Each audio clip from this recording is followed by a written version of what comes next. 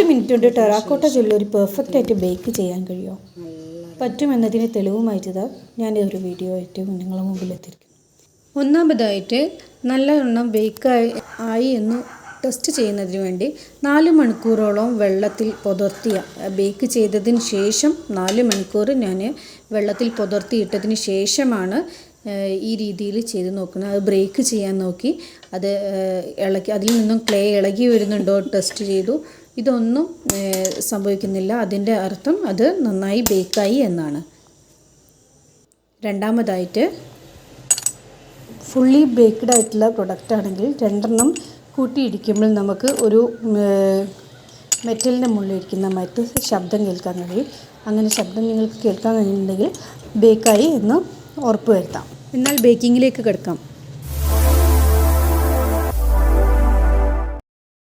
ആദ്യം ഒരു ചട്ടി എടുക്കുക. ഇത് ചട്ടിയും അതിൻ്റെ കൂടെ മെഷുമാണ് നമുക്ക് ഇതിനായിട്ട് വേണ്ടത്. ഇനി ഈ മെഷ് ഇല്ലാത്തവർ ഈ മെഷിനോട് അടുത്ത രീതിയിൽ ഏത് രീതിയിലാണോ ഹോൾസ് ഉള്ളത് അത്രയും അടുത്ത രീതിയിൽ ചട്ടിയിൽ ഹോളുകൾ ഇടുക. അതിന് നമ്മുടെ ഡ്രിൽ മെഷീനിൽ യൂസ് ചെയ്തിട്ട് ഹോൾസ് ഇടാൻ പറ്റിയ അങ്ങനെ ഇടാം. അതിനുശേഷം നമ്മളിവിടെ ഈ ചട്ടിയിൽ ആദ്യം തന്നെ ചാർക്കോളുകളാണ് ഫില്ല് ചെയ്യുന്നത്. ഇവിടെ ചാർക്കോളുകൾ അതിൻ്റെ ബേസിക് ലെയറായിട്ട് ഹെവിയിൽ തിക്കായിട്ട് തന്നെ ഇടണം. ഇവിടെ എൻ്റെ ഭാഗത്തുനിന്ന് ചെറിയൊരു മിസ്റ്റേക്ക് വന്നു.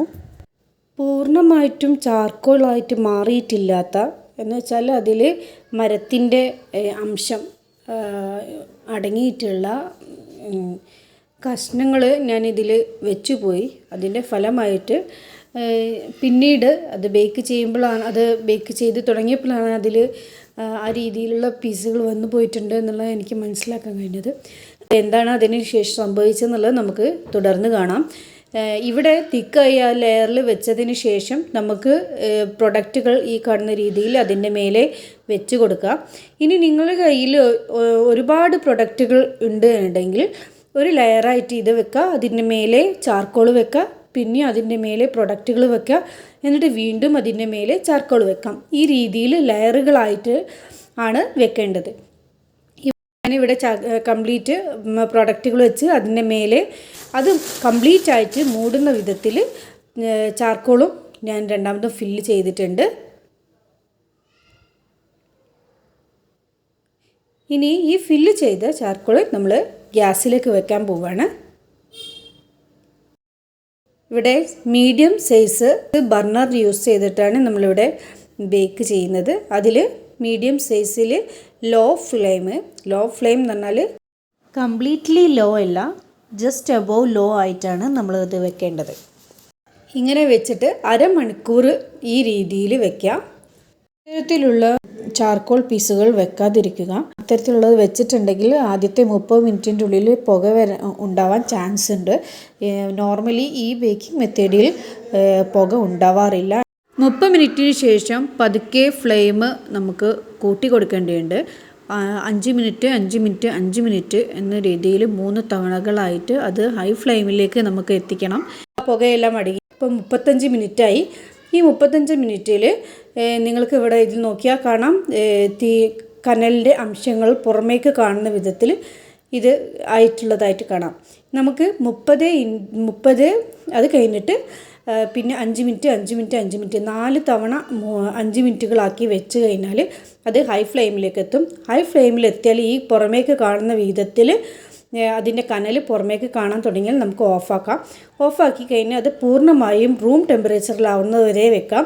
ഇതിന് ഏകദേശം 4 മുതൽ 5 മണിക്കൂർ വരെ സമയം എടുക്കുന്നുണ്ട്. 4 മണിക്കൂർ സമയം ആയി കഴിഞ്ഞപ്പോൾ നോക്കുമ്പം ഇപ്പോഴും അതിൽ ചെറിയൊരു കഷ്ണം കനൽ അവിടെ കിടക്കുന്നത് കാണാം. അതും പൂർണ്ണമായും മാറി റൂം ടെമ്പറേച്ചർ ആയി മാറി എന്ന് ഉറപ്പ് വരുത്താൻ വെയിറ്റ് ചെയ്യുക.